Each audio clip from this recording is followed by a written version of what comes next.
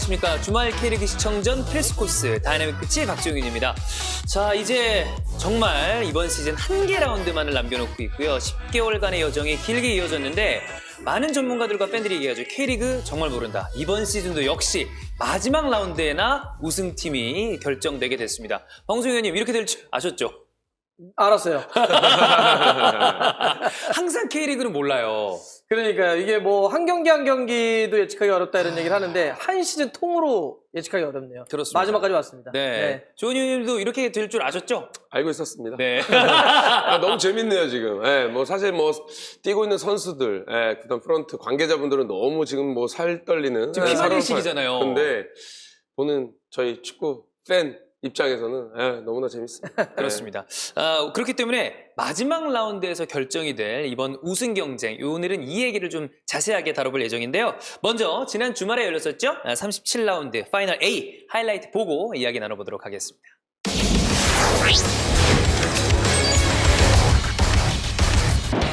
끊겼습니다. 자, 역습으로 올라갑니다. 세징야가 직접 끌어옵니다. 세징야 개인 돌파. 세징야 오른쪽 이근호 안쪽 다시 세징야 벗어납니다. 세징야의 회심의 오른발. 본인이 주발이 왼발이고 리턴 패스니까 과감한 슈팅은 좋았습니다. 자, 잘 돌려놨어요. 칩니다. 슛! 펀칭! 세이브! 최훈 다시 한번 오른발 들고 맙니다. 선제골은 아직까지 나오지 않고 있는 전북. 류재문. 자, 류재문이 가볍게 뛰어서 올려줬습니다. 정태웅 머리. 자, 백승호! 펀칭! 빅세이브 최훈. 오늘 뭐 최훈 대단하네요. 왼발로 준비하고 있는 그리고또 이번엔 낮게 갔는데요. 자, 뒤로 슛! 홍정호! 선제골 전북이 만들어냅니다. 기다렸던 선제골 홍정호 선수가 만들어냈습니다. 전북 1대0으로 앞섭니다. 네, 결국 이제 코너킥에서 쿠니모토 선수의 날카로운 코너킥, 수비 맞고 오른볼을 홍정호 선수가 공격 가담 이후에 깔끔하게 발리 슈팅으로 마무리하면서 선제골은 홍정호 선수의 발끝에 터져 나왔습니다. 네, 송민기 쪽으로 일단 연결을 합니다. 자, 그대로 어드밴티지를 문선민, 문선민. 자, 문선민.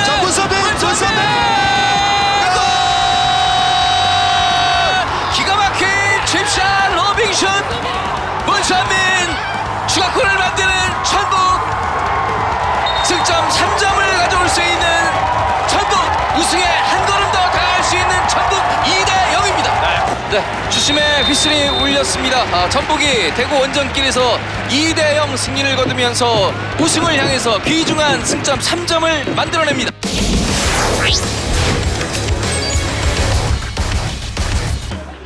자, 이거는 잘 봤어요. 잘 봤어요. 정상빈에게 정상빈입니다. 좋습니다. 정상빈. 자, 접어놓고 왼발 슛. 자, 오른발을 선택한 정상빈. 하지만 조윤우 키퍼가 적절하게 방어합니다. 자, 정상빈 그리고 김건희, 강현복, 정상빈에게 롱 패스 넘겼습니다. 정상빈. 자, 몸싸움하고 달려 들어갑니다. 돌아 들어갑니다. 정상빈 꺾었어요. 잡았어요. 김건희. 조윤우 키퍼의 선방입니다. 김건희. 자, 김건희 돌아섭니다. 김건희. 자, 정상빈에게 정상빈 들어갑니다. 정상빈 가운데 김민우 있습니다. 정상빈. 김민우. 아직 살아있어요. 김민우. 슛. 막혔습니다. 슛. 옵사이드예요. 수원 삼성. 여기서 한 다음에 밖에 살짝 나가 있었죠. 네. 아쉬워하다가 미처 들어오지 못했어요. 맞아요. 네. 그리고 조현우의 선방 이후에 정상빈 골망을 흔들긴 했습니다만 옵사이드 위치에서 출발했습니다. 윤일로 원투제 수원 숫자 원투제 많아요. 올렸습니다. 이동준 이동준의 헤더입니다.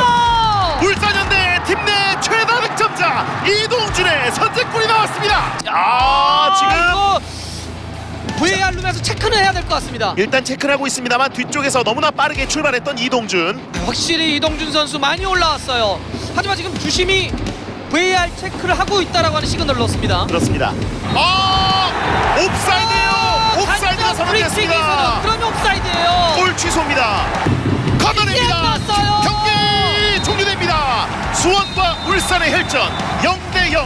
하지만 이 0대0은 리그 전체 판도에 엄청난 영향을 미치겠습니다.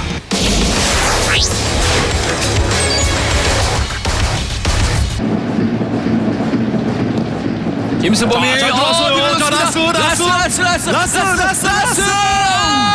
골리발 정면 라스 결정적인 기회 득점으로 만들어내지 못합니다. 자, 밀어주고 했습니다. 자, 왼발로 주는데요. 오, 완벽하게. 자, 주민규 빠졌어요. 주민규! 뜨고 말았습니다. 아, 이 기회를 놓칩니다. 주민규. 다시 끊어내고 올라옵니다. 이동수. 자, 정우재 쪽으로 왔습니다. 정우재가 한번 접으면서 잘 잡았어요, 정우재. 정우재 반대쪽 넘은 헤더 골! 백호골! 여기서 터뜨리는 주민규. 화려한 피날레를 장식하는 주민규입니다. 1대0 앞서는 제주입니다. 네, 정우재 선수가 왼쪽에서 자리 잡고 있었고 수비 한 명을 가볍게 따돌린 후에 반대쪽에 자유롭게 있던 주민규가 머리로서 해결하면서 오늘 경기 선제골과 함께 100골을 기록하고 있는 주민규입니다. 네, 주심의 휘슬이 울렸습니다. 제주가 리그 홈 마지막 경기에서 수원FC의 1대0으로 승리를 거둡니다. 주민규는 100골을 작성했습니다. 자, 파이널 A 37라운드 결과 체크해 보도록 하겠습니다. 제주와 수원FC, 제주도 부지런히 달려야 됩니다. ACL 티켓이 달려있기 때문에 달려야 되는데 제주는 승리를 했고요. 이 두 경기의 결과가 이렇게 엇갈렸습니다. 전북은 잡아야 할 상대 대구를 잡았는데 울산이 수원 삼성을 상대로 승점 1점도 겨우 가져오면서 승점이 다시 벌어지게 됐고요. 마지막 라운드에서 우승팀이 결정되게 됐지만 울산 입장에서는 자력 우승이 불가능한 상태가 됐고요. 전북은 엄청난 5연속 우승이라는 위협을 달성하기 직전 37라운드에 이렇게 명운이 바뀌었습니다. 자, 먼저 이 전북이 대구를 2대0으로 잡으면서 정말 유리한 위치에 올라섰습니다. 후반전에 터진 두 골이 굉장히 주요했는데 어떻게 보셨는지 일단 두 분 얘기를 좀 들어보고 싶습니다. 어떻게 보셨나요? 글쎄요, 우선 뭐 전북이 전반전에 잘 버티지 않았나. 그러면서 후반에 확실히 또 문선민의 교체 카드, 그 확실히 결정을 했었다고 생각을 하는데 확실히 세징야의 날카로운 또 프리킥 같지. 뭐 여러 가지 장면들이 또 좋은 장면들도 많긴 했었는데 아쉬움이 좀 남는다면 뭐 대구로서는 결정적인 순간을 뭐 가져오지 못했던 거. 또 반대로 또 전북인 또 후반전에 또 좀 더 기다리면서 또 마지막 카운터택으로 또 확실한 문선민 카드를 또 쓰면서 또 결정을 할 수 있었던 게 확실히 전북은 전북 모습을 보여주지 않았나라는 생각이 많이 들어요. 네. 전북 얘기를 좀 해주셨으니까 제가 울산 얘기를 좀 하면 그러니까 울산은 스스로가 기회를 일단 놓쳐버린 거죠. 맞아요. 네, 그러니까 전북의 경기 결과 상관없이 울산은 이 경기를 잡았어야만 하는 경기였고 또 힘도 사실은 뭐 쓸 수 있는 카드를 다 동원해가지고 활용을 하려고 했는데 이게 그 한번 밑으로 빠지더니 올라오지 못하는 게 그 3관왕이 한번 무너진 다음에 네. 멘탈적으로도 굉장히 흔들렸지만 최근에 울산 경기를 보면 못 뛰어요. 기동력이나 템포가 상당히 떨어져 있는데 이게 결국 발목을 좀 잡아놨습니다 일단. 그렇습니다. 자, 전북은 남은 한 경기죠. 이 마지막 라운드에서 패하지 않는다면 5년 연속 우승이라는 대단한 이 업적을 달성하게 되는데 마지막 경기 상대가 쉬운 상대는 아닙니다. 바로 제주거든요. 제주는 또 이 경기를 잡아내고 3위에 올라서야 ACL 티켓을 안정적으로 가져올 수 있는 그림을 만들어 놓을 수가 있기 때문에 당연히 총력전에 나설 것으로 보입니다. 그러면 전북 얘기해 보도록 하겠습니다. 일단 전북은 역시 필요할 때 골을 넣어줄 수 있는 공격력을 갖추고 있다라고 볼 수 있을 텐데 구스타보 일류첸코 무섭습니다. 네, 근데 뭐 얘기해 주실 때 무승부만 거둬도 우승이 사실상 확정인 거죠. 네. 왜냐하면 다득점 차이가 크기 그렇죠. 때문에 그래서 얘기해 주신 거고. 자, 그렇다고 한다면 만약에 전북이 한 골을 먼저 넣는다고 생각해 보세요. 그럼 굉장히 유리해지는 거죠. 엄청나게 유리하죠. 예, 그럼 상대에게 한 골을 허용을 해도 사실상 우승이라는 거기 때문에 그렇게 놓고 봤을 때 그러면 그러니까 전북이 갑자기 이 경기를 비겨도 된다는 것 때문에 수비할 거라 생각하진 않아요. 전혀 안 하죠. 자기 그대로 경기할 거고 공격적으로 싸울 텐데 그러면 역시 K리그에서도 수준급이라고 할 수 있는 구스타보라든지 일류첸코와 같은 카드들이 누군가는 선발, 누군가는 백업으로 대기할 텐데 이거는 상대에게도 상당히 큰 부담감이 될 것이다. 네. 이 두 선수를 이번 경기에 좀 주목할 필요가 있지 않을까 좀 생각을 해봅니다. 그 중에서도 이 구스타보의 활약을 대구전에서도 굉장히 많이 좀 볼 수가 있는데 네. 이 선수가 있음으로 인해서 다른 선수가 같이 살아나요. 맞아요. 아주 중요한 포인트입니다. 구스타보는 아주 높은 채공력, 긴 채공 시간을 이용을 해서 공중볼 싸움도 잘해주고요. 또 저렇게 사이드로 쭉 빠져나오면서 다른 선수에게 만드는 공간, 이타적인 플레이도 잘하기 때문에 구스타보가 직접적인 득점을 생산하지 않더라도 팀의 득점을 생산해내는 데 도움을 많이 준단 말이죠. 그런 점에서 구스타보의 어떤 플레이는 이번 경기에서도 좀 지켜볼 필요가 있습니다. 구스타보의 움직임에 따라서 상대팀의 수비수들이 이끌려 나가고 그 빈 공간으로 정확하게 내려놓는 패스라거나 네. 그러니까 전방이 공격수임에도 불구하고 이 키 패스라고 불리는 스탯이 굉장히 좋아요. 그렇습니다. 구스타보 같은 경우는 또 이제 만약에 전북이 잘 안 풀리면 롱볼을 때려놓고 쓰기에도 굉장히 좋아요. 그렇죠. 지금처럼 계속 떨어뜨려주는 세컨드볼 공격을 하기 때문에요. 지금 나오는 스탯이 이 구스타보의 스탯인데 패스도 그렇고 방금 말씀드렸던 키 패스, 공격 경합에서도 굉장히 좋은 수치를 보여주고 있습니다. 자, 뭐 방금 저희가 영상으로 보여드렸던 구스타보뿐만이 아니라 일류첸코 같은 카드에다가 풍부한 이선 자원까지 있다 보니까 뭐 전북은 엄청나게 다양한 공격 자원을 가지고 있다라고 보시면 될 것 같고 네. 더군다나 이 조은유님이 조금 전에 얘기해 주셨잖아요. 이 문선민 저는 이렇게 툭툭 찍어차고 올려차면서 센스 있는 슈팅을 문선민이 이렇게 잘하는 줄 사실 잘 몰랐습니다. 아니, 저는 알고 있었어요. 왜냐면 문선민 선수의 능력은 사실 네. 저희도 뭐 다 알고 있잖아요. 그쵸. 네, 워낙 뛰어난 능력과 재능을 갖고 있는 선수인데, 각 본인이 갖고 있는 포지션상 그런 능력을 좀 보일 수 없었던 상황이었던 것 같고, 그 안에서 그 상황에서 정말 본인이 가지고 있던 잠재력, 가지고 있던 능력을 확실히 보여줬던 최근에 2경기고, 문선민의 활약이 너무 요즘에 좀 놀랍기도 하고, 예, 지금도 뭐 어떻게 보면 문선민이 지금 2선에 들어가면서 이제 이 공간에 사실 이 문선민이 뛰면 모든 수비수를 불안하거든요. 그러니 불안할 것 같아요. 근데 또 이거의 터치 이후에 퍼스트 터치 이후에 골까지 만들어낸 이 왼발 슈팅 자체가 너무 여유가 있었어요. 자, 지금 보세요.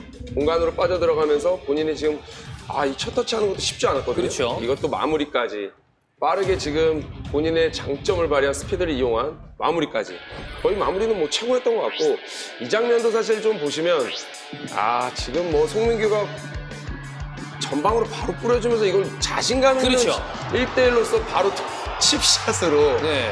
이건 뭐 문선민만 할 수 있는 그 슈팅이 아닐까라는 생각이 들 정도로 이거 보세요. 지금 기가 막히게 잘 돌아들어가는 모습이 빠져들었어요. 좋죠. 예, 여기서 또 과감하게 등을 지기보다는 과감한 1대1 돌파를 통해서 상대 수비를 제껴가면서 바로 골키퍼 나온 걸 반템포 죽인 이후에 바로 칩샷으로 골까지 성공하는 이 모습이 사실 지금 김상식은 딱 나오잖아요. 네.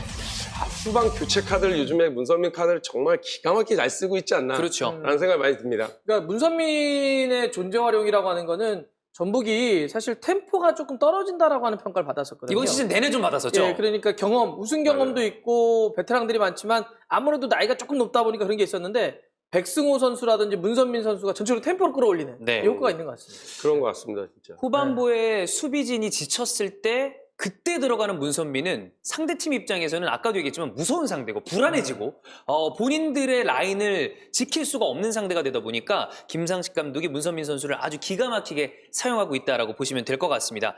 자, 이렇게 전북이 공격을 봤는데 제주 공격이 만만치가 않습니다. 특히나 이번 시즌 정말로 또 오랜만에 이 토종 득점왕을 예약한 선수가 있습니다. 주민규인데 이 주민규의 골 결정력에 대해서는 제주뿐만이 아니라 많은 K리그 팬들이 또 기대를 하고 있을 것 같습니다. 네, 뭐 그래서 어찌 보면 대표팀 명단이 발표될 때마다 뜨거운 이슈죠. 맞아요. 네. K리그에서 이렇게 골을 많이 넣는데 왜 뽑지 않느냐. 또 한쪽에서는 뭐 감독의 스타일이고 감독의 그렇죠. 선택 아니겠느냐. 뭐 이렇게 항상 뜨거운 이슈인데 확실한 건 주민규 선수가 K리그 내에서 하여튼 박스 안에서 기회가 왔을 때 어떻게 해서든지 집중해서 넣는 그 능력은 위아래 다 좋은 것 같아요. 골 냄새를 맡는다라는 어떤 그런 이 표현이 있는데 그런 면에서 주민규 선수는 거의 개코입니다.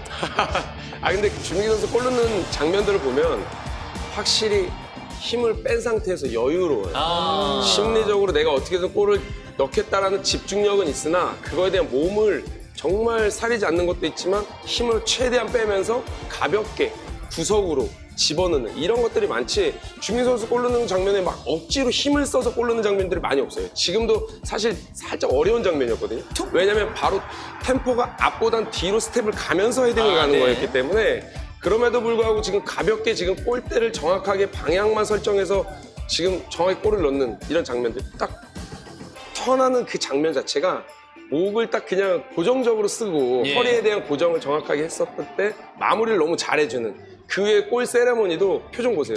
저 여유로운 게 여유로워요. 확실히 골 많이 넣은 선수답게 여유로운 모습들이 항상 요즘은 너무 올 시즌은 주민규 시즌이 아닌가 싶습니다. 그렇습니다. 이번 시즌 기록만 놓고 봐도 뭐 굉장히 좋다라고 할 수 있겠고요. 사실 주민규 선수는 본래 공격수보다는 이제 미드필더 라인에서 뛰던 선수가 이제 포지션 변경을 한 케이스인데 이 정도로 타고난 스트라이커 DNA가 있다고 이 생각을 못했었던 분들도 많겠지만 지금 보여주는 모습은 정말 본 내추럴 스트라이커가 아닌가라는 생각이 들 정도로 굉장히 좋은 모습을 보여주고 있습니다.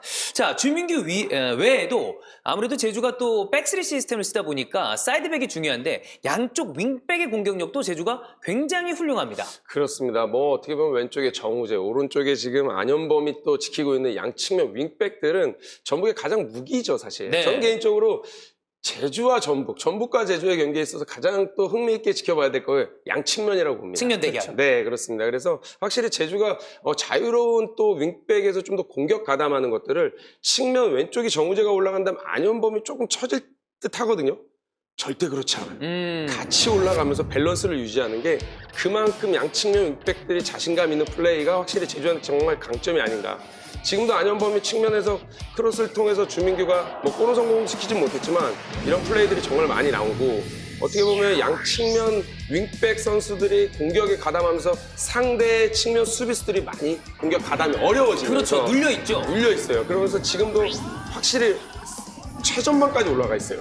이런 것들을 보면 상대가 공격하는 데 있어서 정말 어려움을 겪게끔 하는 지금 제주의 공격 패턴이고 안현범 선수는 본래 윙백 이외에 이 윙포드로 뛰었던 선수이기 때문에 공격적으로는 훨씬 더 좋은 그렇죠. 모습을 보여줄 수 있을 것 그렇습니다. 같아요. 지금도 정우재가 이제 또 공격적으로 올라가면서 또 크로스를 올리는 장면. 지금도 뭐 중기가 크로스 네. 그 이후에 좀 잘 마무리도 했지만 정우재와 안현범이 지금 세레모니 하는데 동선에 같이 있어요. 지금 포지션 보시면. 그렇죠. 이거 자체가 보시면 좀 더 공격적인 가담을 양측면이 제주가 확실하게 활발하게 하고 있다. 네. 그 윙백들이 사실 이렇게까지 공격에 가담하는 팀들이 많이 없거든요. 그렇죠. 한 선수가 올라가면 한 선수가 처지기 마련인데 그렇지 않은 지금 제주의 공격 패턴입니다. 자, 안현범과 정우재의 공격 지표를 보면 크로스면 크로스, 드리블이면 드리블. 두 선수가 각각 다른 라운드긴 합니다만 키패스를 모두 합쳐서 3개 이상을 뽑아냈고 그리고 기대 도움도 굉장히 높은 수치를 보여주고 있기 때문에 제주의 공격은 양쪽 사이드백과 주민규로 방점을 찍는다라고 보면 될 것 같습니다. 단! 네. 제주가 지금 이렇게 좋은 성적을 거둘 수 있는데 가장 중추가 됐던 선수는 사실 이창민이거든요. 그런데 이창민 선수가 부상으로 나올 수가 없는 상태가 좀 요즘 계속 지속되고 있죠. 그렇죠. 좀 닫혀있기 때문에 뛸 수가 없는 그런 상황인데 얘기해 줬던 것처럼 그러니까 예를 들면 양쪽 사이드가 같이 올라와서 공격을 해가지고 골 넣는 거는 우리가 뭐 프리미어리그 같은 데 보면 리버풀이나 네. 첼시가 그렇게 하잖아요. 맞아요. 올라와서 두 선수가 한 프레임에 잡혀버려요. 전진성이 상당히 좋고 제주가 그런데 문제는 사이드에서는 그렇게 싸우겠지만 그러면 중앙에서는 버텨줘야 되는데 상대가 특히나 이제 전북이잖아요. 그럼 멤버가 좋아서 허리 싸움을 해야 되는데 사실 지금 이창민이라고 하는 선수가 빠져있다라고 하는 건 조금 타격이 될 수밖에 없죠. 그렇습니다. 이창민 선수는 워낙 중거리가 좋기 때문에 먼 거리에서 직접 때리는 것도 좋지만 또 가운데서 싸워줄 수도 있는 맞아요. 위험이고 이창민이 뛸 수 없는 상태에서는 그러면 이제 김영욱 선수가 그 자리를 대체할 텐데 김영욱 선수는 볼은 예쁘게 잘 차는 선수지만 이창민하고 좀 다른 결이란 말이죠. 느낌이 좀 다르죠. 네, 그런 점에서 이창민 선수의 공백은 좀 제주 입장에서 아쉽다 이렇게 할 수 있죠. 그렇습니다.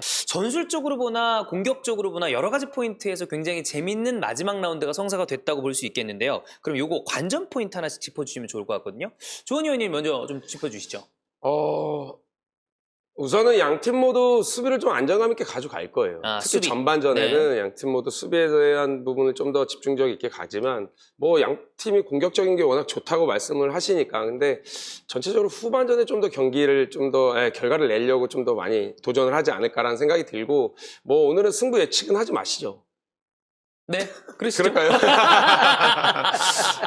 승부 예측은 어차피 미뤄두죠. 저는 뭐 질문하셔도 대답 어떻게 나올지 아시잖아요.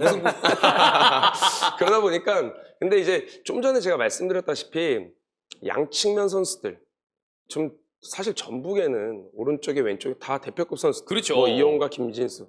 또 사실 또 제주에 또 그렇게 떨어지지 않는 또 정우재와 안현범 선수가 있어요. 이 두 선수도 절대 뒤지지 않는 능력을 갖고 있기 때문에 저는 이번 제주와 전북 이 두 팀의 대결은 양측면 싸움이 되지 않을까라는 생각이 측면 듭니다. 대결. 네. 네. 방송에는 어떤 포인트를 짚어주실까요? 일단 그 요즘 전북 팬분들, 울산 팬분들이 저에게 여러 가지로 연락을 합니다. 우리 팀이 진다고 얘기해 주세요. 아니면 서로 다른 팀을 응원해달라. 네. 예. 팬들이랑 직접 소통하시는 해설위원이시군요. 그만큼 상당히 이제 아주 중요한 경기가 될 텐데 저는 이렇게 생각해요. 전북은 그냥 전북답게 경기할 겁니다. 변화 특별히 주지 않을 거예요. 원래 해왔던 대로 김상식 감독은 홈에서 그냥 자신들이 어떤 플레이를 할 거라 보고요. 반면에 제주는 확률의 싸움을 할 것 같아요. 그러니까 지금 맞불을 놓기는 좀 어렵고 허리 쪽에서는 굉장히 지키려고 노력할 거고 측면 쪽을 계속 집요하게 많이 파면서 붙이면 사실은 뭐 어떻게 될지 모르겠지만 그렇죠. 그게 들어가면 네. 땡큐고 아니면 어쩔 수 없다라고 하는 확률 게임으로 갈 것이다. 그래서 전북은 그대로 제주는 확률의 경기 이렇게 좀 흘러가지 않을까 좀 보입니다. 그렇습니다. 뭐 사실 이 경기는 정말 스코어를 예측하는 것보다도 어떤 포인트를 가지고 이 경기를 재밌게 볼 것인가가 팬들 분께서도 좀 더 화두가 아닐까 싶습니다. 그래서 두 분이 이야기하는 거 종합해보면 측면 싸움, 측면에서 크로스 이런 정확도를 위주로 좀 보시면 재밌을 것 같다라는 생각이 들고요. 자, 그러면 이 다른 중요한 경기가 있습니다. 울산과 대구의 경기인데 울산은 3년 연속 우승에 도전하고 있는데 또 어려운 상황이 됐고 그리고 대구는 ACL 진출 티켓을 놓고 싸우고 있습니다. 2019년 그리고 2020년 그리고 올해까지 우승 도전을 하고 있는데 일단 이긴 다음에 기다려야 되거든요. 즉 자력 우승은 불가능한 상태가 됐습니다. 지난 수원전이 아까 하이라이트에서도 봤던 것처럼 굉장히 아쉬울 수밖에 없었는데 어떤 부분이 문제점이었는지 박문성 의원이 좀 얘기를 해주시죠. 요즘 울산 현대의 시즌 막바지의 움직임을 보면 일단 못 뛰어요. 체력적인 문제. 한참 좋았을 때의 예. 기동력이나 템포가 안 나오고 있습니다. 그거는 체력적인 부담감도 있을 거고 그다음에 심리적으로 삼관왕이 깨져버렸던 게 좀 충격을 좀 입힌 것 같고 그다음에 두 번째는 이제 공격 쪽에 있어서의 마무리를 한다라고 하는 게 외국인 스트라이커가 지금 부재하잖아요. 없죠. 그런 상태에서 오세훈 선수가 열심히는 뛰어주지만 조금 이제 어려움들이 있죠. 전체적으로는 볼을 오래 잘 소유하고 있어요. 평균 점유율도 상당히 높고 원래 이제 울산이라고 한다면 양쪽 풀백들 그다음 2선 쪽에서의 다양한 조합들 이렇게 해서 골을 만들어내야 되는데 그런 정교함이나 템포가 떨어지다 보니까 움직임 개개인들은 갖고 있는데 이게 초반에 보여줬던 것처럼 탁탁탁탁 맞춰 들어가는 그런 어떤 울산다운 패턴 이런 것들이 좀 보이지 않는다. 이게 아쉽습니다. 그 경기를 보다 보면 점유율이 워낙에 높다 보니까 울산이 경기를 리드하는구나라는 생각은 드는데 결정적인 순간에 득점으로 연결된다는 느낌이 좀 덜 드는 것 같아요. 결국 득점은 상대 골대야 파이널 서드 쪽에서 이루어지는 것인데 지금도 보면 그러니까 점유가 저 아래쪽에서는 이루어지는데 네. 결국 이제 이렇게 됐던 게 슈팅을 때리기 위해서는 박스로 가야 되지 않겠습니까? 근데 박스로 볼이 가려고 하는 그 파이널 서드 쪽에서의 연결이 조금 둔탁하다든지 패턴이 좀 나오지 않다 보니까 어려움들을 많이 겪고 있습니다. 이런 패스는 연결만 됐다면 굉장히 좋았을 텐데 뭔가 조금씩 살짝 빗나가는 이들이 잘하는 플레이들이 나오고는 있으나 결과를 만들어내지 못하고 있고요. 지금 스탯을 보시면 아시겠지만 점유율은 굉장히 높습니다. 여러 가지가 높지만 위협적인 공격, 슈팅당 기대 득점이라거나 이런 스탯들은 좀 아쉬운 부분. 울산이 이런 부분에서 어려움을 겪는다는 것을 기록으로도 살펴볼 수가 있습니다. 사실 대구전은 일단 이기고 봐야 되기 때문에 울산다운 플레이, 울산이 잘하는 플레이가 반드시 나와야 된다라는 말씀을 드리고 대구로 좀 넘어가 보도록 하겠습니다. 대구는 이 세트피스에서 본인들의 강력한 무기, 세징야의 킥을 이용한 여러 가지 패턴들을 만들어내고 있고 이번 경기에서도 역시 그 세트피스가 중요할 것으로 보입니다. 맞습니다. 뭐 최근 두 경기에서 좋은 모습을 보여줬고 뭐 결과까지 가져오는 부분도 아쉬운 부분도 없지 않아 있었는데 그래도 세징야의 발끝이 날카롭고 또 그거에 있어서 킥력 또한 세징야의 킥이 워낙 날카롭기 때문에 좀 이번 경기에 있어서 또 울산과 또 대구의 싸움에서는 또 개인적으로는 세징야의 발끝 또 양 팀 모두 경기 운영에서 있어서 플레이보다는 좀 세트피스에서 또 볼이 좀 더 나지 않을까라는 생각도 저는 좀 나거든요. 그래서 뭐 대구의 지금 세징야가 최근 경기에서도 지금 이 경기에서도 뭐 골은 들어가진 않았지만 네. 높이의 장점을 보이고 있는 대구잖아요. 그렇죠. 그래서 세징야가 기가 막힌 또 킥을 한 차례 보여주긴 했었거든요. 지금도 이제 세징야가 크로스를 올렸을 때 아무래도 전북 선수들이 부담을 많이 받았더라고요, 보니까. 그래서 여기서 짧게 들어가는 부분에 있어서 마무리가 좀 아쉽긴 했지만 그래도 세트피스 크로스, 뭐 킥력 또한 또 강한 또 세징야이기 때문에 아마 세징야의 킥이 좀 날카롭게 또 이번 경기에도 들어가지 않을까라는 생각이 많이 들고 패턴도 준비를 좀 많이 하는 것 같고요. 그렇습니다. 이런 여기서도 어떤 지금 세트피스는, 네. 맞아요. 지금도 우측으로 바로 올려주면서 마무리까지 좀 아쉽긴 했어도 예. 확실히 예상하지 못했던 이런 서로 또 약속된 플레이가 좀 바로 나오는 또 그의 대구의 장점인 또 그런 모습들인데 이것도 사실은 좀 아쉽긴 했었어요. 그렇죠. 그리고 뭐 정태욱 선수 방금 나왔는데 세징야의 날카로운 킥뿐만이 아니라 방금 조원 의원님이 말씀해 주신 것처럼 그 대구 현장 중계 가서 선수들 쭉 나오는 거 보면 약간 런웨이 느낌 나거든요. 맞아요. 키 크고 다리 긴 맞아요. 선수들이 많아서 맞아요. 이 선수들이 서 있는 정말로 것 자체만으로도 부담이에요. 진짜 그래요. 근데 아무래도 높이에 장점이 있기 때문에 제가 수비수를 봤던 네. 경험으로서는 앞에 진짜 키 큰 선수들이 있으면 부담이 되거든요. 부담되죠. 근데 그 부담이 또 킥력까지 좀 세지냐 킥을 한다? 그러면 더 부담이 되죠. 그렇습니다. 네. 자, 36라운드, 37라운드 이 세트피스의 비중을 체크를 해보면 기대 득점에서 36라운드에서 무려 80% 육박하는 기대 득점이 와. 세트피스에서 나왔고요. 37라운드도 절반이 넘어갑니다. 그만큼 대구의 세트피스가 굉장히 강력하다는 것을 볼 수 있는 지표였습니다. 자, 분위기가 조금 가라앉아 있는 울산. 모든 것을 다 하고 전북이 미끄러지길 기다려야 되는 상황이고 대구는 나름대로 분위기를 또 FA컵 1차전 경기도 괜찮았기 때문에 이 경기가 좀 어떻게 예상이 될지 굉장히 좀 궁금한데 어떻게 보면 이 경기가 가장 쫄깃한 경기가 될 수 있거든요. 역시 따로 저희가 승부 예측은 하지 않겠습니다. 그러나 관전 포인트는 짚어줘야 되거든요. 박무정 의원님 좀 짚어주시죠. 저는 이 경기는 두 팀 다 똑같은 공통 단어가 걸릴 것 같은데 심리. 심리전. 그러니까 이런 거죠. 울산은 굉장히 좀 막바지로 몰렸단 말이에요. 이거 무조건 이겨야 된다라고 하는 이 부담감. 네. 이게 오히려 몸을 더 무겁게 만들 수 있습니다. 그래서 얼마큼 최대한 편하게 경기에 집중을 하면서 울산의 경기를 할 수 있으냐가 중요하고 대구는 이런 거예요. 그러니까 심리라고 하는 게 FA컵에 사실은 좀 더 전력을 집중할 가능성이 있어요. 그렇죠. 네, 그러면 이 경기는 사실은 부담감이 없어요. 네. 대구 입장에서는 물론 이기면 너무 좋고 또 최소 그런 의미에서 좀 더 편하게 할 수도 있거든요. 대구 입장에서도. 사람들은 그냥 마냥 대구가 뭐 FA컵 집중하니까 이 경기 그러지는 않을 거예요. 오히려 그게 그러진 않을 거예요. 그게 네. 오히려 대구 선수들에게 편해. 그 문제 없어. 그런 심리적으로 쫓기고 있는 울산을 더 괴롭힐 가능성도 있다. 그래서 저는 이 경기는 그런 심리전이 좀 중요한 게 될 것 같습니다. 네. 자, 심리전을 포인트로 짚어주셨고 조원 의원은 관전 포인트 뭘로 짚어주실까요? 글쎄요. 사실 울산은 정말 선수단이 정말 많이 힘들 것 같아요. 예, 분명히 이제 경기적인 부분에 있어서 분명히 이 결과를 갖고 와야 된다라는 걸 선수들이 너무나 잘 알고 있기 때문에 많이 힘들 것 같고 제가 울산 선수 입장이어도 분명히 부담이 많이 될 것 같아요. 부담되죠. 예, 그리고 지금 박문선 의원께서 말씀해 주신 대로 심리적으로 대구는 뭐 FA컵도 있지만 또 편안하게 경기를 또 들어간다면 오히려 더 좋은 경기를 할 수도 있거든요. 그러다 보니까 울산과 대구 뭐 이 선수들이 있어서 좀 더 울산 선수들이 심리적으로 많이 부담을 받고 경기를 하지 않을까 생각이 듭니다. 네. 이 경기의 포인트는 심리전으로 좀 모아볼 수 있을 것 같습니다. 그 심리적인 압박을 어떤 팀이 잘 풀어내고 편안하게 경기를 할 수 있을지 그거를 봐주시면 좋을 것 같고요. 자, 파이널 A 중요한 경기들을 체크해봤기 때문에 이제 파이널 B로 넘어가도록 하겠습니다. 파이널 B는 그림이 다 나왔습니다. 37라운드 하이라이트 체크하고 오겠습니다.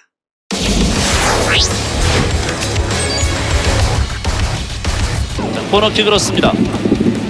왼발 코너킥. 자, 뮬리치 쪽으로 갑니다. 볼. 슛! 들어갔어요! 골을 기록합니다. 자, 선취골 1대0으로 앞서가며 전반전 29분 성남FC가 세트피스 상황, 코너킥 상황에서 골을 만들어냈습니다. 측면에서 감아줬습니다. 자, 뒤로 올렸어요. 여기서 마상리즈 걷어낸 볼 슛! 네. 나가네요. 자, 계속해서 이순민 네. 선수에게 좀 기회가 오고 있고요. 알렉스. 그래도 광주는 살아남으려면 해야 됩니다. 뭐 이건 선택의 문제가 아니에요. 그렇죠. 자, 조나탄! 김영광! 조나탄의 슈팅을 막아내는 김영광! 지금 답답하던 상황에서 결정적인 기회를 만들었던 광주입니다. 근데 이거는 명불허전 김영광의 선방이 오늘 결국은 뭐 성남의 승리를 네. 이끌어냈다고 볼 수 있겠어요.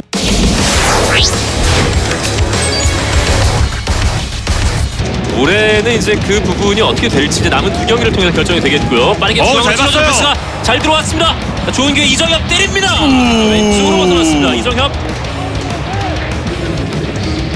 중앙으로 짧은 연결.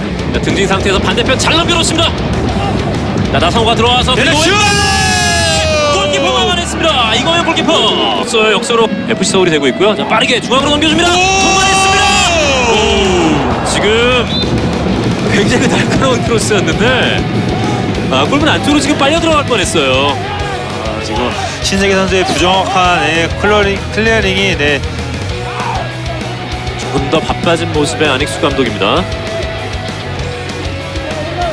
왼쪽에 빠져있는 기성용, 던진 패스 다시 이어받는 기성용이 파고 들어갑니다. 몸싸움 이겨내면서 들어갑니다. 기성용. 잘 지금 봤어요! 패스 막았습니다. 자, 워낙 최근에 페이스가 좋은 팔로세비스 쪽을 공략해봤던 기성용 선수였고요.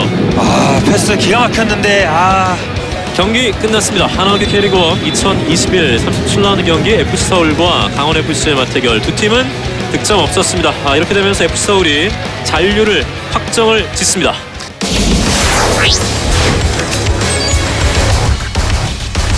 어떤 부분으로 또 김기동 감독이 포항 팬들에게 보답할지가 기대가 자, 가로챕니다. 자, 크로스 올라갑니다. 슛! 무고사. 자, 뒤쪽에서 터치가 되지 않았냐라고 어필을 했고. 지금 방향을 바꿔놓기에 좋은 각도는 아니었습니다만 달려 들어가면서 그 결대로 그대로 임팩트를 만들어내잖아요. 정혁이 올려줍니다. 자, 뒤쪽에서 있어요. 헤더! 무고사입니다. 옆쪽. 막았나요? 예. 막았군요. 일단은 무고사의 헤더 방향이 조성한 선방이군요. 네. 조성 골키퍼 미안합니다. 대단한 선방입니다. 이야, 자 왼쪽으로 잘 열었죠. 최훈이 올라갑니다. 한번 접고 좋아요. 박스에서 살짝 뒤쪽 무고사 있습니다. 쪽입니다. 무고사. 야, 무고사 오늘 터치 감각 괜찮거든요. 자, 자리 잡았고요. 크로스 올라갑니다. 헤더! 안 맞아요. 뜨거합니다. 김준호의 헤더도 맞지 않았고 그 이에 왼발도 뜨거합니다. 자, 이호재에게 박수 가면은 넘어가면 임상엽. 장엽 그리고 옆에는 또 강상우도 툭 있고요. 접고 중앙쪽 왼발 막았어요. 그리고 잡았습니다. 오늘 김성주의 왼발 될 듯 네. 마무리는 안 됩니다. 결국 어느 팀도 승점 3점을 가져가지 못했습니다. 1점씩 나눠가는 양팀입니다. 자, 37라운드 파이널 B 보도록 하겠습니다. 성남 대 광주 경기입니다. 성남이 승리하면서 성남은 잔류 확정, 광주는 강등이 확정됐습니다. 자, 그리고 인천 대 포항 경기는 0대0 무승부였는데 포항의 김기동 감독의 아들이죠. 김준호 선수가 같이 라인업에 이름을 올렸고요. 그리고 서울과 강원의 경기는 0대0 강원이 승강 플레이오프에 가게 됐고 서울은 잔류를 확정지었습니다.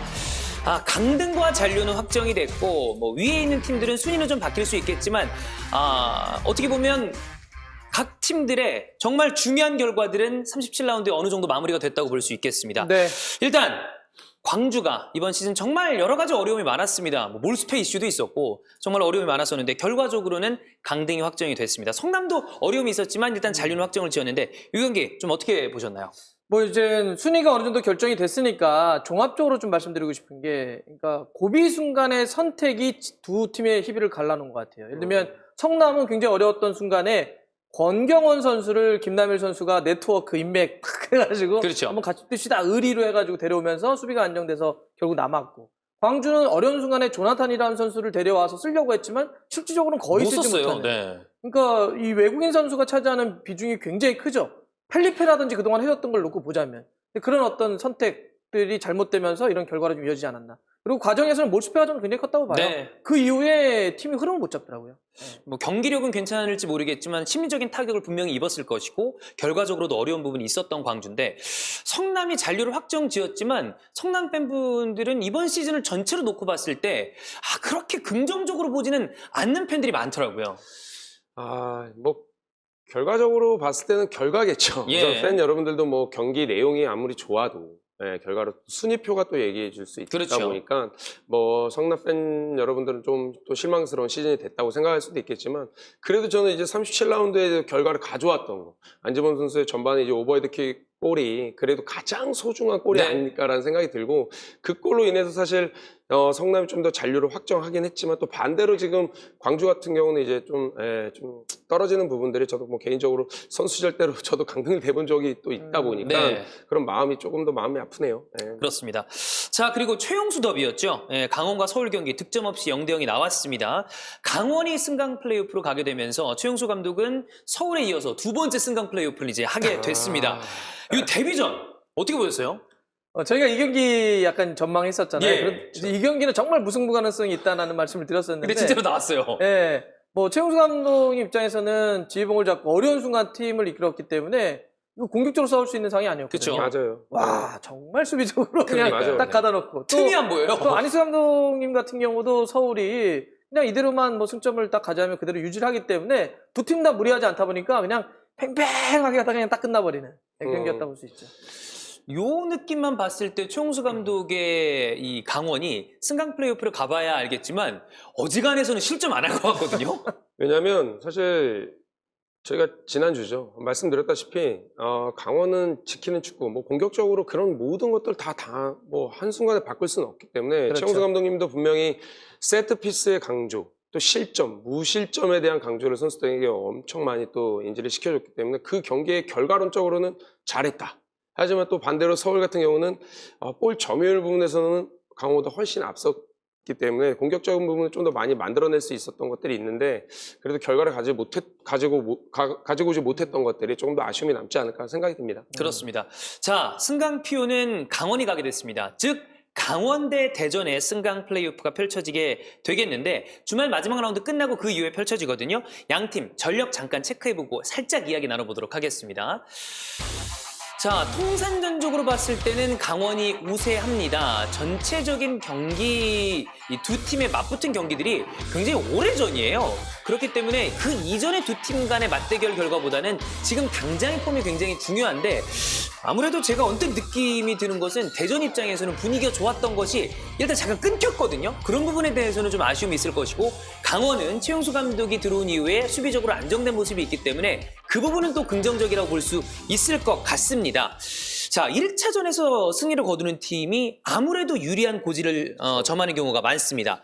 승격을 도전해야 되는 대전인데 어떤 전술로 나올까요? 대전이요? 네. 저는 사실 그냥 공격을 할까요? 이게 이제 승강 플레이오프가 1, 2차전이잖아요. 네. 합쳐서 저는 양팀 합쳐가지고 한두 골 나올 거라 봅니다. 이게 저는 이렇게 골 많이 나올 거라 생각하진 않는데, 근데 이제 대전 같은 경우는 이번에 이제 조금 휴지가 있는 동안 따뜻한 남쪽에 가서 전지훈련 좀 했다고 해요. 그리고 워낙 뭐 유명한 게 공격적인 축구잖아요. 그렇죠. 많은 선수들이 많은 골을 넣는 팀이 바로 대전이니까 승강 플레이오프 왔다고 갑자기 전술을 바꾸지는 않을 거예요. 네. 그 형태로 가겠죠. 그러면 전체적으로는 좀 대전은 공격을 좀 하려고 하는 형태로 갈 거고, 최용수 감독의 강원은 그래도 이제 흐름이라는 게 있기 때문에 조금 안정적으로 가져가면서 한두 골 승부를 그렇죠. 걸려고 할 텐데 어떻게 될지는 좀 보겠습니다. 최용수 감독의 강원은 그럼 조현희 위원은 조금 전에 말씀해 주셨던 것처럼 역시 선수비 마지막 세트피스 한 방 이렇게 볼 수 있을까요? 너무 단조롭습니다. 그건 너무 단조롭고. 너무 단조롭잖아요. 예, 수비적인 건 당연히 안정감 있게 가지만 세트피스 한 방으로서 뭐 경기 결과를 갖고 오겠다라는 생각을 갖고 있는 최용수 감독님은 아닐 거예요. 예. 분명히 빠른 카운터택을 통해서 그래도 발빠른 김대원이나 최전방에 있는 선수들을 많이 이용하고 또 이정엽으로 인해서 또 이선 플레이를 좀 더 이선 선수들이 많이 또 공격적으로 가담할 수 있게끔 좀 지원사격하지 않을까라는 생각이 들거든요. 그래서 이제 사실 대전이 공격적으로 나오겠다라고 생각하기에는 조금 불안한 게 사실 1차전의 결과에 따라서 사실 승격을 하는 데 있어서 정말 중요한 포인트가 될 건데 맞아요. 양팀 모두 좀 더 안정감 있게 오늘 좀 더 이 얘기를 좀 많이 하는데 전반전은 양팀 모두 조금 더 지켜가면서 서로 눈치를 좀 보지 않을까. 그러면서 또 기회가 된다면 세트피스. 하지만 후반전에 뭔가 결과를 갖고 오기 위해서 빠른 트랜지션 상황에서 공격적으로 카운터택으로 빠르게 갖고 갈 수 있는 양팀 모두의 공격적인 성향을 보이지 않을까라는 생각이 들어서 개인적으로는 빠르게 누가 먼저 골을 터뜨리느냐가 제일 중요할 것 같고 그 안에서 어떤 팀이 좀 더 어떠한 감독님이 먼저 공격적인 전술적인 변화를 먼저 줄지 않을까라는 생각이 있어서 그게 가장 관전 포인트가 되지 않을까 싶습니다. 어차피 뭐 예측은 틀리라고 하는 거니까 저는 살짝 좀 다른 생각이 드는 게 네. 대전은 처음부터 공격적으로 굉장히 나올 가능성도 있을 것 같아요. 그러니까 이게 이제 90분 경기잖아요. 기본이 1, 2차전이니까. 그렇죠. 시간이 흘러가면 흘러갈수록 대전은 말린다고 생각할 거예요. 네. 이 최용수 감독이 강원의 수비를 뚫지 못할 수도 있다는 생각을 할 수도 있기 때문에 쫓기기보다는 어쨌든 빠르게 자기들의 강점이 공격이라고 한다면 공격을 해서 골을 넣으면 두드리자. 그러면 사실 강원도 골 넣기가 좀 어려울 수도 있거든요. 네. 그래서 오히려 저는 좀 이른 시간부터 그냥 공격적으로 나오지 않을까. 그게 정정혜 선생님이랑 같이 이야기를 하는 거에 있어서 저도 당연히 그렇게 성향을 제가 만약에 이제 이민성 감독 입장이라면 너무 걱정이 많을 거예요. 자, 보세요. 공격적으로 물론 내가 가지고 있는 구성원 자체가 공격적인 성향인 선수가 많아요. 많죠. 하지만 지극히 제 개인 성향이라면 이거에다가 우리가 두드려 혹시라도 맞으면 좀 보수적인 생각으로. 예. 당연하죠. 그러니까 그런 것들이 고민이 정말 많지 않을까. 아. 그래도 경기 초반에는 조금 더 안정감 있게 갈 수 있는 그런 상황이 벌어질 거라고 생각을 합니다. 그렇습니다. 사실 지금 두 분의 의견이 갈린 것처럼 이 경기를 바라보는 K리그 팬들이 굉장히 많습니다. 강원, 대전 팬뿐만이 아니라 모든 K리그 팬들이 관심을 갖는 것이 바로 승강표이기 때문에 두 분의 이야기 중에 어떤 예상이 좀 맞아 들어가는지를 네. 보는 것도 굉장히 재미가 되지 않을까라는 맞아요. 생각이 들고요. 한 가지만 말씀드리면 마사가 강원 소속인데 임대로 대전을 가 있잖아요. 그래서 물어보신 분들이 계시더라고요. 예전에는 그렇게 임대 가면 원 소속팀을 상대로 못 뛰지 않느냐. 근데 그런 문제 저희가 유럽에서도 한번 나와가지고 예. 올해 프로축구 연맹에서 임대를 간 선수가 원 소속팀에 뛸 수 없다라고 하는 계약서에 조항을. 사인을 못하도록 돼 있어요. 네. 그래서 마사 선수는 이번에 피오를 뛰는 데는 문제가 없다라는 그렇습니다. 말씀을 드리고 있습니다. 가끔 이런 경우에 임대로 다른 팀으로 가 있는 선수가 비수를 꽂는 경우들이 있죠. 사실 이 K리그에서는 군입대로 상무가 있는 선수들이 그렇게 만든 경우들이 좀 맞아요, 있었거든요. 맞아요. 참 이게 비극적인 일인 것인지 하여튼 재밌는 일들이 벌어지는 경우가 꽤 있었기 때문에 많은 분들이 기대하는 승강표도 함께해 주시면 좋겠습니다. 자, 그러면 K리그 1 대망의 마지막 라운드 일정 체크해 보겠습니다. 자, 중요한 경기들은 역시 두 경기라고 보시면 될 것 같습니다. 모든 경기들이 마지막까지 마무리를 잘 지어야 되겠지만 역시 주목이 되는 것은 전북 대 제주, 울산 대 대구의 경기가 되겠습니다. 너무 재밌겠다. 동시간에 펼쳐지기 때문에 울산은 대구를 반드시 이기고 전북 대 제주의 경기 결과를 기다려야 하는 상황이거든요. 마지막까지 쫄깃할 수밖에 없는 상황이 되겠고 승강 플레이오프는 1, 2차전 나눠서 펼쳐지게 되겠습니다. 조금 전에 말씀해 주셨던 그 관전 포인트로 최용수 감독의 강원과 이민성 감독의 대전이 어떤 경기를 할지 지켜보는 것도 굉장히 재밌는 포인트가 되지 않을까 이런 생각이 듭니다. 자, 주말 K리그를 즐기는 즐거움이죠. 다이내믹 피치. 이제 38라운드 얘기했고 승강표까지 얘기하니까 진짜 시즌 거의 다 끝났다라는 생각이 드는데 조금 이제 실감이 나십니까? 올해 다 끝났어요. 근데 이거 다이내믹 피치는 계속하면 안 되나요? 아, 그래요? 예, 시즌 끝나도 시즌 끝나도 이적 상황 이런 거 많잖아요. 프리시즌에? 예. 재밌겠다. 그죠? 그럼 예. 또 재밌을 것 같은데. 그러면 혹시 네네. 그 선수들한테 듣는 얘기 다 해주실 수 있나요? 내부 정보. 어디 간다 이런 거 이거 보면은 이거 갈 수 있을 것 같은데. 그랬다간 진짜 큰일 납니다, 진짜. 저 그냥 못 다녀요.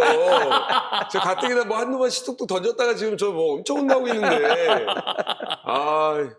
그렇습니다. 자, 다이내믹 피치 여기서 끝난 거 아닙니다. 이정은 아나운서의 궁금한 K가 있으니까 반드시 마지막까지 시청해 주시면 좋겠습니다. 채널 고정! It's okay, I'm not okay.